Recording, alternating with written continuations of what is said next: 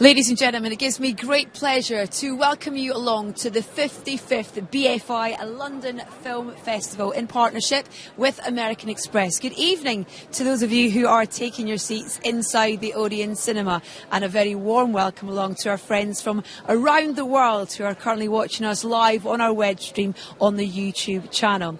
Now, tonight's gala kicks off 2 weeks of the most incredible and diverse film feast of screenings and events across the capital. 204 features, 110 shorts representing 55 countries from all over the world, from Armenia to Zambia. Now, there'll be 132 UK premieres. Tonight is the European premiere of the brand new film from Fernando Meirelles' 360 captivating drama with a fantastic cast and crew, many of whom are here tonight. Some of the cast and crew have been arriving on the red carpet. As soon as they make their way down, I shall be grabbing them for a quick chat. So whilst we wait for our first guest to arrive, make yourself comfortable.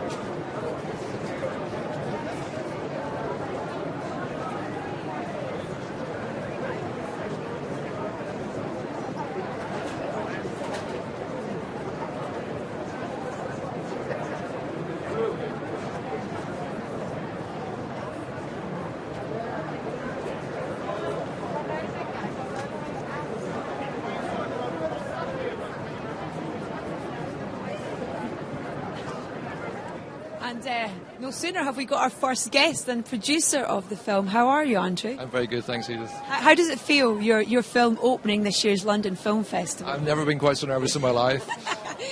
Well, you look very calm and collected. It's a huge privilege to have the film opening in what is my hometown for the last 30 years, but I'm also more nervous because half the audience are people that I know who work in the same business, so it puts more pressure on you.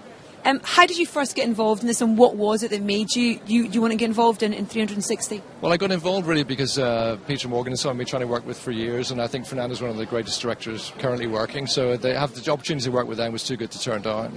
Why was Fernando the right man for the job?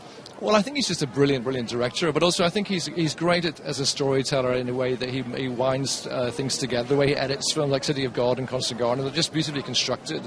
And this is a story that had lots of different elements to it. And I think that's one of his great gifts, is it not tying it all together.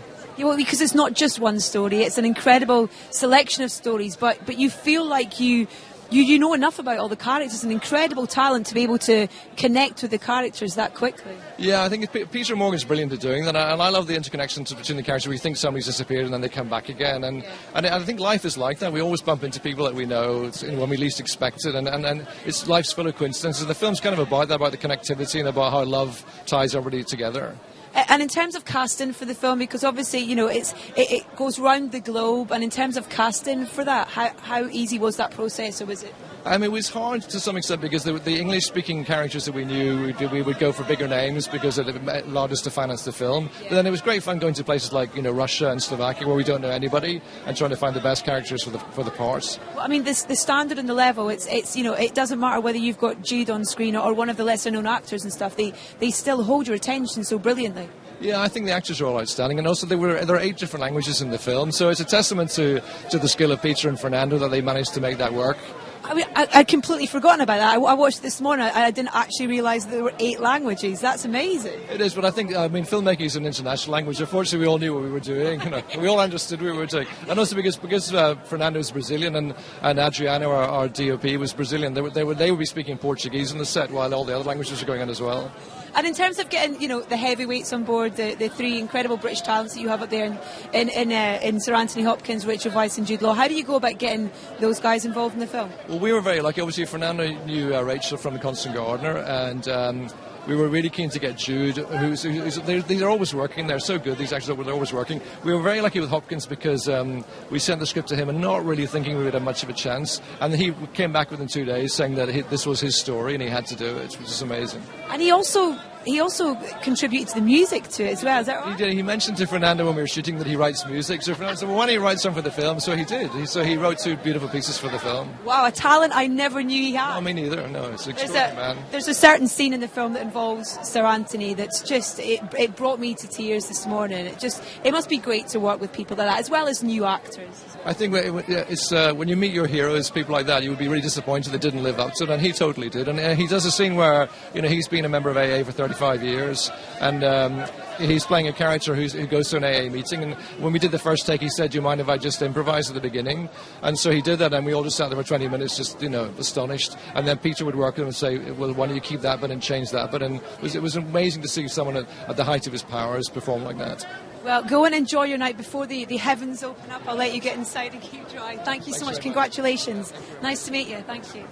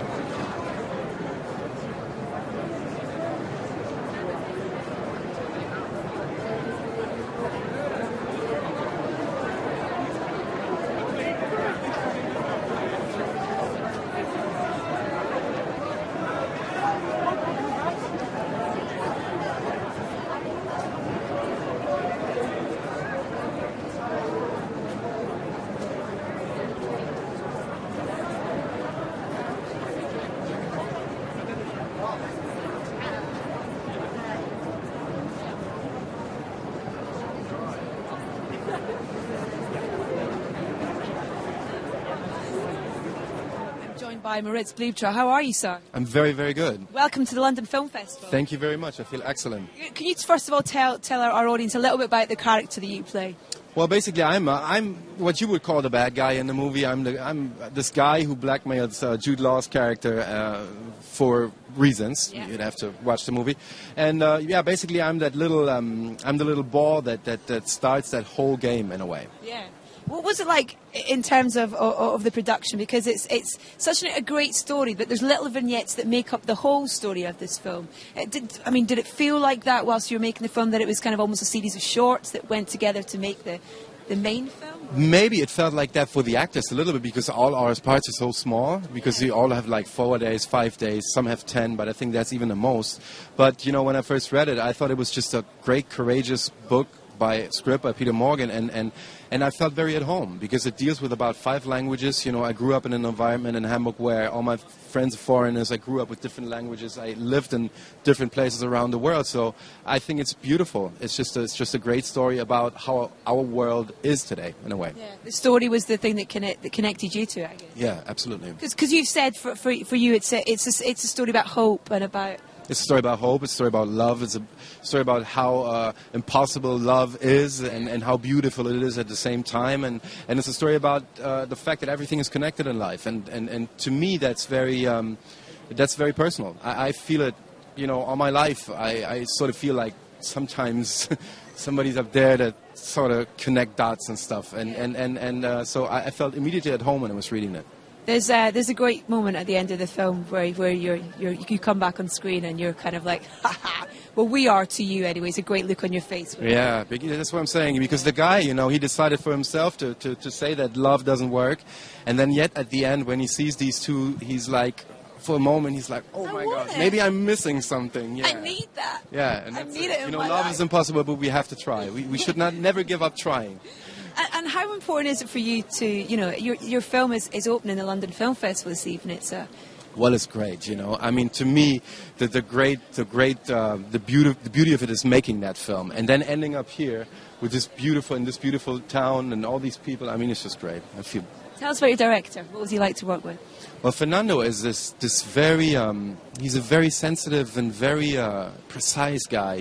He's quite calm, and then when he speaks very slowly, and he has great interest in little things and in contour. And I think that's beautiful, and I'm looking forward to see the movie. I haven't seen it. You know? No, I haven't wow! Am I in? No, I'll check. You can get in. Yeah. No, so am I still in the movie? Yeah, you're in it loads. No, you're in it loads. It's your film. Good. It's one thing that he does brilliantly is he does tell great stories and characters. In terms of, and this just has so many fabulous characters. Yeah, and he loves people. He really loves people, and I think that is essential when you're a filmmaker, because, I mean, we do it for people, and we do it for the love of the people that they might want to give us back. And you feel this great interest in how human beings work and how they behave and why they are the way they are, and that's great. He's just a very sensitive guy. As a director, does he give you much scope for improvisation? Is it that kind of encouraged on set, or...? Well, yeah, he's somebody who first just lets you do whatever you do, and then he just, takes away little things or adds little things, but he's somebody that lets an actor work. He's not a director that tells you what to do or something. No, he looks at what you're doing, and then, like I said, he adds a little, it takes a little bit away, and he guides you without you feeling that he's actually guiding you. Yeah. Well, I hope you enjoy the film. It's great. Nice to meet you. Have a great evening. Thank you very much. Bye-bye.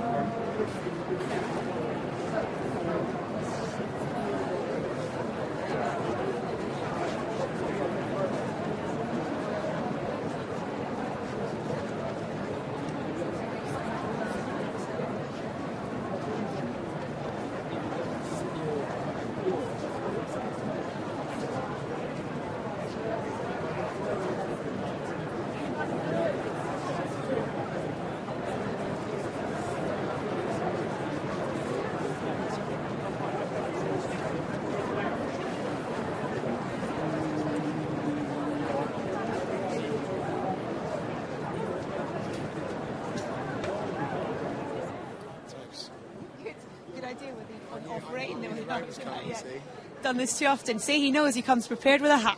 That's right. Jude Law, congratulations. What on? This film. Oh, thanks. Yeah, what on? I'm a Your tiny hat. part. I'm a tiny part of this film. Well, it's an ensemble cast. It's very much an ensemble. It was working in an ensemble, actually, that attracted me to it, and obviously being in the hands of the great Fernando Meirelles, who is a charming gentleman and the maker of great films, and Peter Morgan, who has woven this wonderful international patchwork ensemble together. It's a new thing for us to see you in the jet set life of a travelling salesman.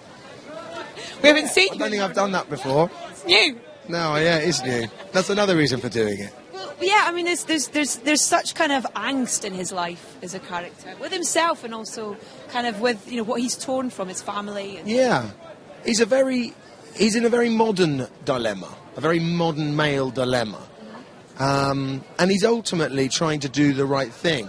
He wants to do the right thing, and yet he's dragged emotionally, physically in different directions. And I like the fact that it all happens on a very small scale. It's not, you don't see him sort of having a nervous breakdown, or, there are no extremities to it. There are extremes in the film, but the extremities aren't necessarily in his story. And I like that. I like that he was very recognisable and honest. Yeah, I like as well that he never really explains why he made that decision in the bar. You kind of make up your own, I guess, assumptions as to why he changed his mind. I think that's great writing though, and great filmmaking, because more and more it seems to me as storytellers we are leaning, and as audiences we're leaning towards stories that don't necessarily tie everything up and explain everything. I think we're all hungry more to be left to make up our own mind and have our own impression of something. And I think it's a healthy direction to go in. With the way the kind of film is in terms of these little vignettes that make up the whole of this film, Yeah. and the great little stories that go around the world, were you aware of what was going on in terms of the other stories, or was it Well, I'd read the whole thing in English. 8 languages or something? Yeah, I think that's right. I was saying 6 for a while, but I think you're right. I think it's 8 because there are dialects too that are different.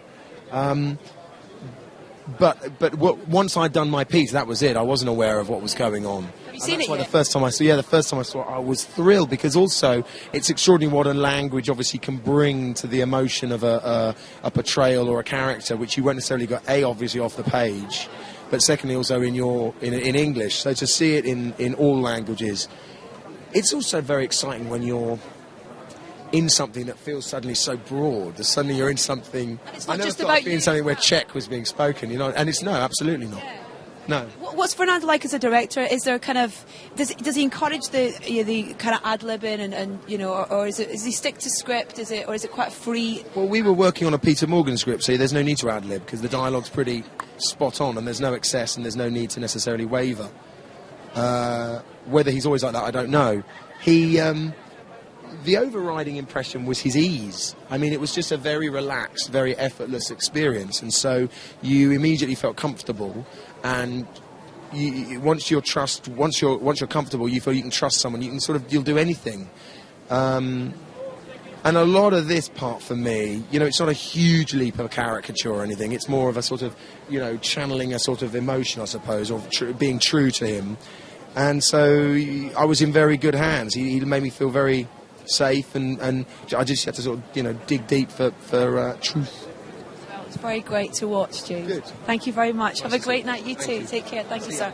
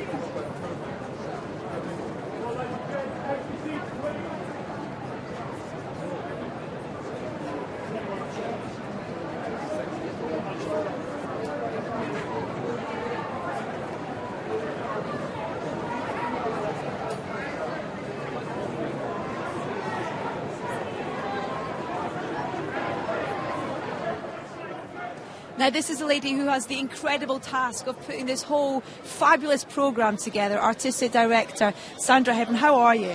I'm excited, Edith, actually. Good, you should be. Yeah. Is it kind of nerves, and then as soon as tonight gets here, it's like excitement? Well, it's nerves until the film is on screen inside the theatre. So, but it's always there's so much excitement around opening night and a huge amount of attention and buzz. So, but it's lovely once the film actually hits the screen. Why was this film the right film for opening the Shoes Festival? Well, You know, Fernando is someone whose films I've always admired. We had City of God in the festival and The Constant Gardener too. But I think, you know, Fernando is a fantastic visual storyteller. And I think Fernando working with Peter Morgan as a screenwriter is a fairly irresistible combination. And one of the things I like about the film is it's incredibly modern. It's very international. And therefore it feels entirely apt as a film to open our festival with. Right around the world. I mean, we have films from 55 countries in the programme. We do indeed, from I think Austria to Zaire, if we do it alphabetically. Oh, amazing. How do you go about putting that together? I mean, you must watch, was it 4,000 films or something you've watched? Yeah, I mean, there's obviously a team of people. I would be... Not just you. Yeah. And we start selecting in January, and, you know, we go out and look for films, but also people send their films to us. So, yeah, it's just that kind of Herculean task of watching and trying to find the films that you think are original and imaginative and significant. And sometimes those films come from directors that we're already very aware of, but sometimes they just come from, you know, filmmakers we've never heard of. Lots of short films, actually, from people who are starting out in their careers. We try to be as broad as we can in terms of the selection. And supporting new talent as well. Yeah, that's really important, I think, you know, both within the UK and outside, because, you know, even someone like Fernando needed that kind of festival leg up when he was at the start of his career. So that's incredibly important to us. Well, it's just the first night of an amazing 2 weeks of just beautiful things to watch, and congratulations on the programme, and have a fabulous 2 weeks. Thank you. Thank you very too. much. Thank you. Have a good night. Thank you.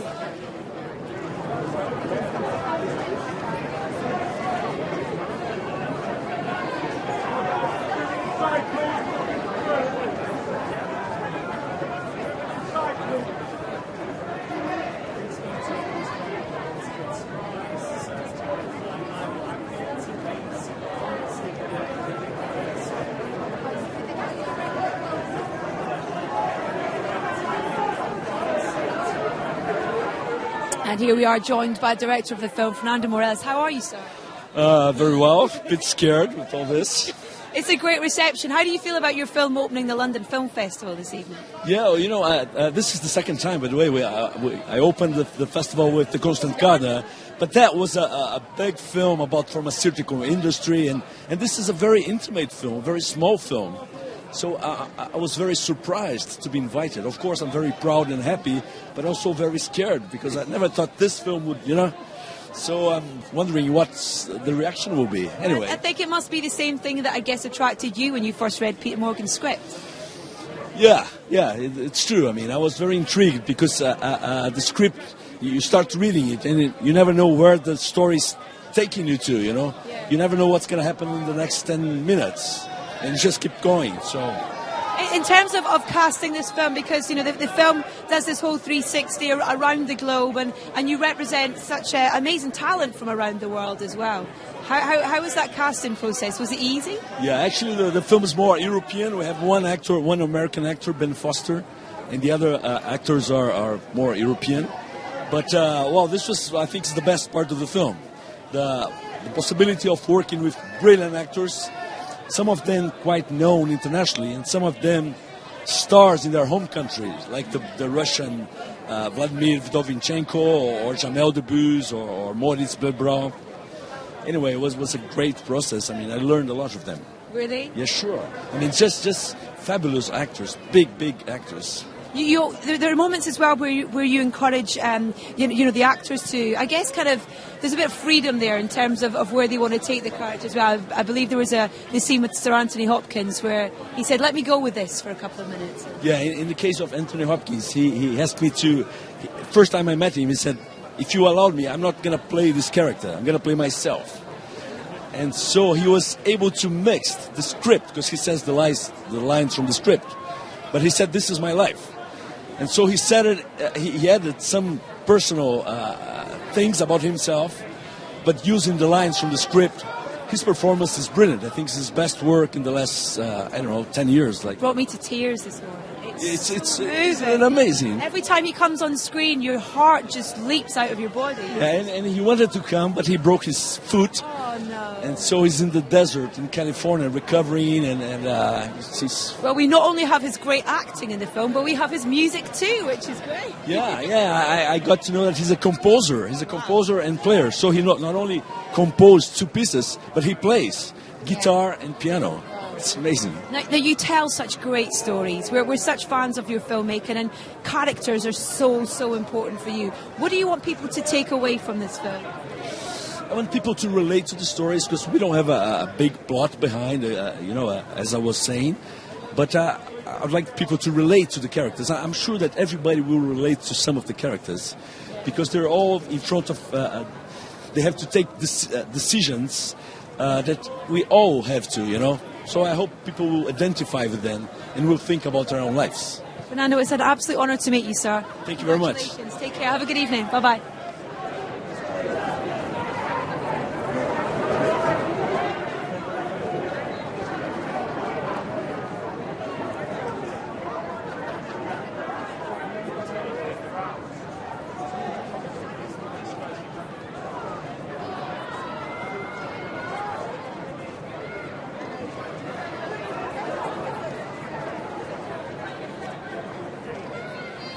And joined now by Lucia Siposova. Is that almost? You write it Siposova, but you read it Shiposhova. Okay, Shiposhova. I got to get it right. Congratulations. Thank you very much. What an incredible film to be part of. Yeah, I know. It's really a blessing because who would ever dream of that? Because I'm from Slovakia, right, from a small town of Bratislava. And to be here in London on the red carpet, it's really something that you can only dream about. But now it's true. Can you tell our audience a little bit about your character, about what she's about, what she's going? I think none of the girls in the film is jealous of me because I had to be a prostitute. So I was a young girl who dreams about better life. She, to get from Eastern Europe somewhere better, if there's better. That's what she thought. And she's working like a prostitute, but she's got a nice development, and it's a nice human character. I think it's not just a superficial, like cheap girl. No, it's really human and it's really full. And Fernando made it look really like she has a real want for that better life. Yeah, you totally, always feel that. You can see it in your eyes. Yeah, I'm so glad. I did my best not to make her, superficial and just dirty. I wanted her to be human. So and that kind of comparison alongside her sister as well, those two characters, you kind of see that common ground of them wanting the best. Yeah, exactly. So it was precious, and even though I had to be a bit naked, it's a tough one. I'm telling you, I'm going to be sitting in the movie theater like this. But have you seen it yet? Yeah, I saw it. I was sitting like that in a different clothes but the same position. I mean, it's tough for me. It wasn't easy to shoot neither, but it's part of the job, and I'm really grateful. Be proud. It's great. Nice to meet you. Have a great evening. Take care. Bye-bye.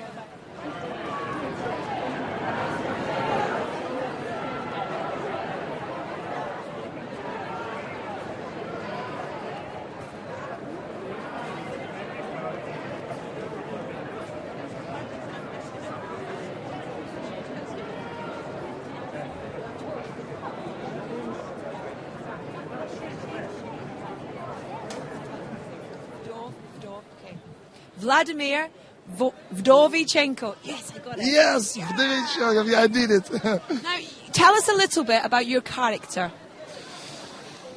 Russian guy who want to change your life and can't because a lot of problem. And when he can do it, he do it. And steal the car from his boss, steal his money, take a girl. Let's go to Italy to have a rest. Bye-bye. Yes. Bye, old life. Hello, new life. Hello, new life. Yeah. There's a very great scene of you in the car when you're listening to the English language CD. Yes. It's very fun. Yes, yes. I tried. He's on his way in a car with a gun and money for his boss, and he's just trying to learn English in the car. How was this film for you in terms of, as an actor? A great opportunity to work with Fernando, I imagine. Fernando is very, very good. Not simple director. He's very good human. Work with him was brilliant. He can do atmosphere on the set, atmosphere inside in the actor, atmosphere in the picture. Great. It's my first time play with to have a job with international, not Russian director. It was great. It was great. Well, we look forward to seeing your next one. Congratulations. Thank you very much, Vladimir. Have a great evening. Thank you. Cheers.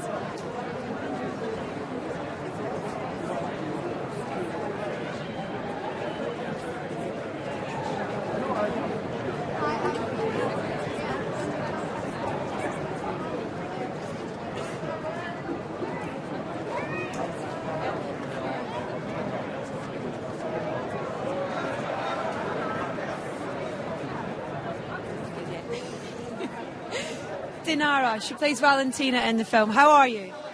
I'm stressed, nervous. But Don't be, enjoy it, enjoy it. Yeah, I'm enjoy it, definitely. Tell us a little bit about Valentina, your character. Oh, it's a young Russian woman who married very young and who moved to Paris and who have a difficult background and ancient alcoholic. But she's in the moment of her life when she wants changes. Yeah.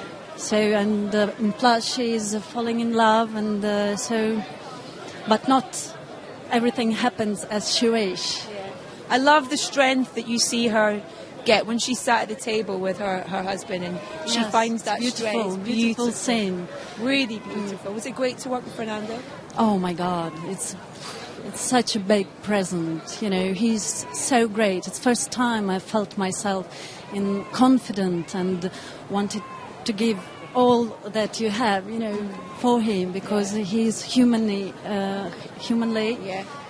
very good and a great director. So it's just big present in the life of the actress. He loves the story and he loves characters. Yes, you really you feel it. Yeah. Well, go and enjoy tonight. Don't be scared and nervous. Enjoy. Congratulations. Thank you very much. Thank you.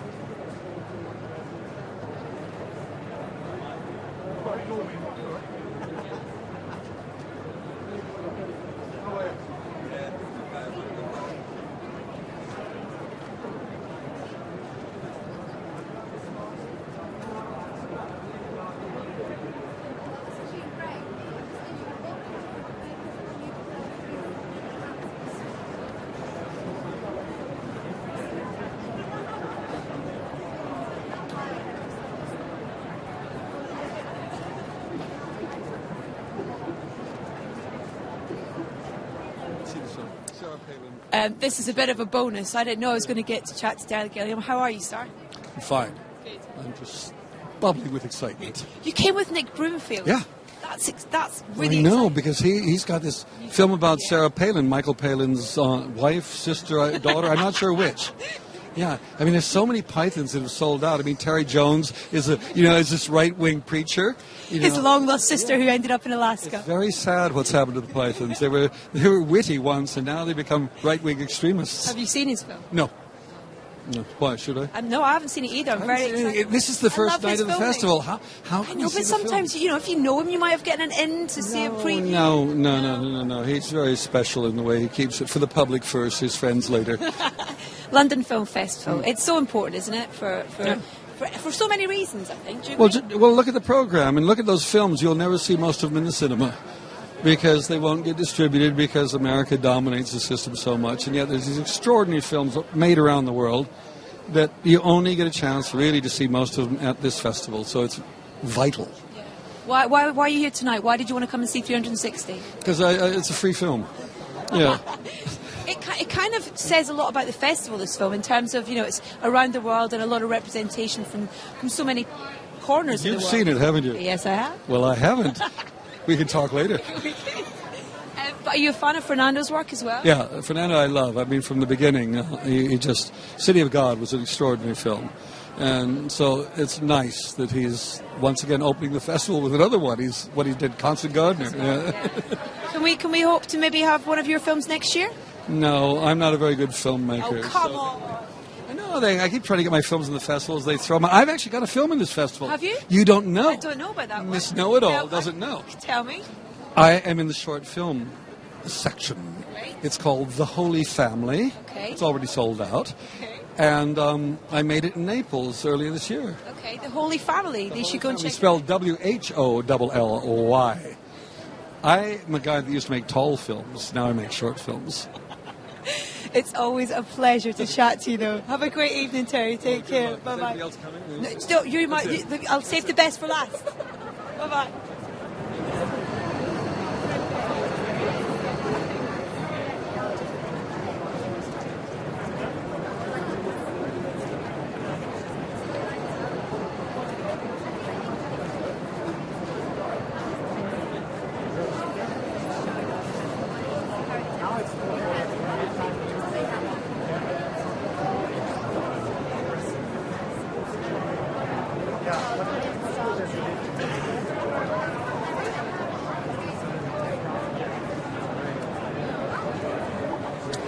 What a way to finish. Absolutely incredible. As the last few remaining guests make their way into the cinema. Thank you very much for watching me, Edith Bowman, outside the Odeon at the opening night. It's been an absolute pleasure to chat to so many people about this film that is opening an incredible 2 weeks of just the most fabulous selection of features and short films all around the capital. So, all of you online as well, thank you very much for joining us this evening. Without further ado, it gives me great pleasure to welcome you along to the 55th BFI London Film Festival in partnership with American Express. Have a great fortnight.